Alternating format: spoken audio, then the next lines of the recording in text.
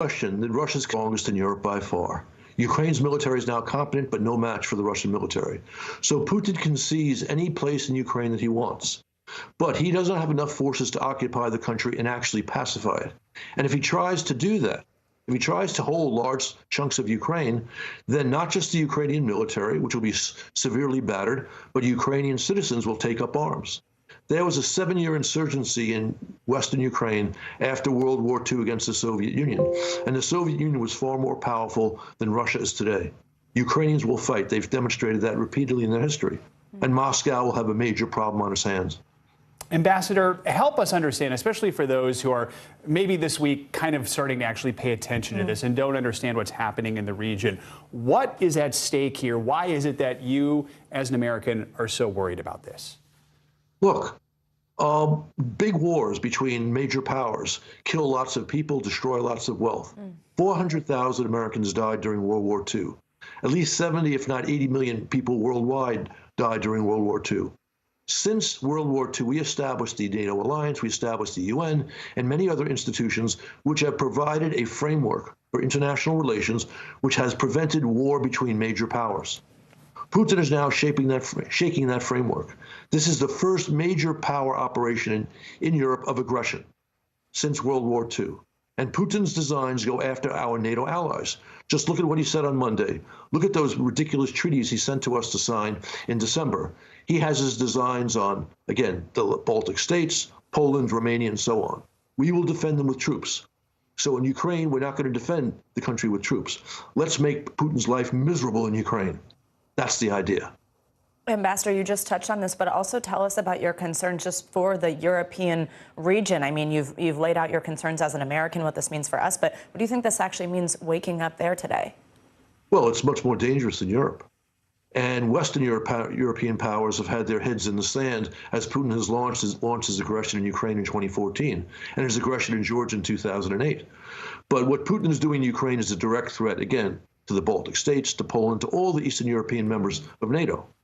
And of course, if Putin were to move on them after conquering Ukraine, this would create a great danger for Germany and France and so on, who have been rather weak in responding again to Russian aggression for 15 years. Now is a time for a strong, united Western stance. Major sanctions on Russia, kill their economy or hit it severely, which means their military will grow weaker over time. Their public, as again your correspondent in Moscow made clear, are not interested in a war of aggression against Ukraine. So Russian casualties are a major problem for Putin. A declining Russian economy is also a major problem for Putin.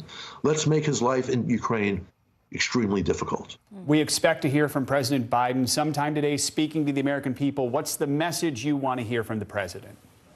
I would like him to sound like me, but a bit more presidential. If he projects strength and the right policies, he has the ability to pull our NATO allies and our European partners along. And again, to impose severe costs on Moscow for this blatant aggression in Ukraine, such costs that, in fact, Putin will fail.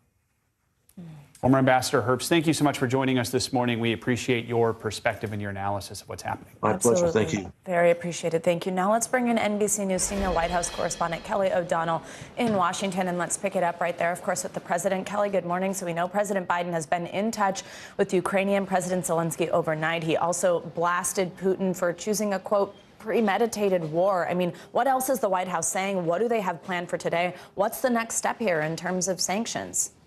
Well, it's obviously been a very tense night and a tense start to this day. So the president has been getting updates from his top national security team. That has been going on. And of course, Volodymyr Zelensky reached out to the president and he asked for help getting the international community to support Ukraine.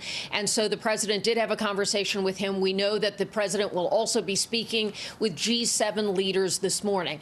That's critical because getting everyone on the same page, and there's been a lot of unity with the U.S. and European allies so far, getting them to be ready for this next set of steps will be critical. Obviously, this is Europe's backyard, and so having them coming together with one voice is certainly critically important at this point. So what we expect is the president with his intelligence. We'll be getting assessments about what has been happening on the ground, sharing that and comparing that with the European leaders and the G7 partners, who will also be getting their information coming in, putting that together in this meeting this morning.